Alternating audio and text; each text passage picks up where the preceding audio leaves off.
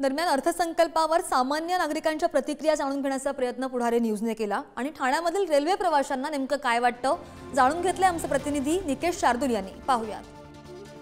देशाच्या अर्थमंत्री निर्मला सीतारामन यांनी आज बजेट सादर केलेला आहे। 7व्यांदा त्यांच्याकडनं बजेट जो आहे तो सादर केला गेलेला आहे। मात्र या बजेटमध्ये रेल्वे संदर्भात कोणतीही घोषणा नाहीये, त्यामुळे सामान्य जो रेल्वे प्रवासी आहे, ठाणेकर प्रवासी आहे, त्यांना नेमका या बजेटमधनं काय अपेक्षा होती आणि पुढे काय त्यांच्या अपेक्षा असणार आहेत हे आपण त्यांच्याकडनं जाणून घेऊ। आपल्यासोबत मुंबई उपनगरीय रेल्वे प्रवासी महासंघाचे अध्यक्ष नंदकुमार देशमुख आहेत। नेमका त्यांना या बजेटबद्दल काय वाटतं आपण त्यांच्याकडनं जाणून घेऊ।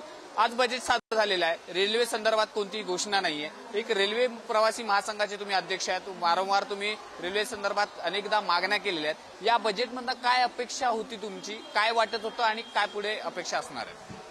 खूप काही अपेक्षा होती, पण आज आपल्या देशामध्ये सिद्ध झालेलं आहे का मतांचं राजकारण केलं जातं हे या लोकांनी सिद्ध करून दाखवलंय। कसं का बिहारला आणि आंध्र प्रदेश नितेश आणि नायडा बाबू यांना जास्तीत जास्त पायाभूत सुविधा करता अमाऊंट दिलेली आहे, खूप काही दिलेले आहे।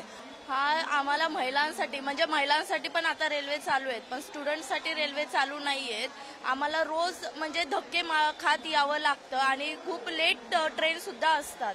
एका दीड तासाने ट्रेन आता असतात, त्यात पण एक अर्धा तास लेट होतात त्या ट्रेन। त्याच्यामुळे आम्हाला असं वाटतं की स्टुडंटसाठी एक वेगळी रेल्वे सुरू करावी सरकारने।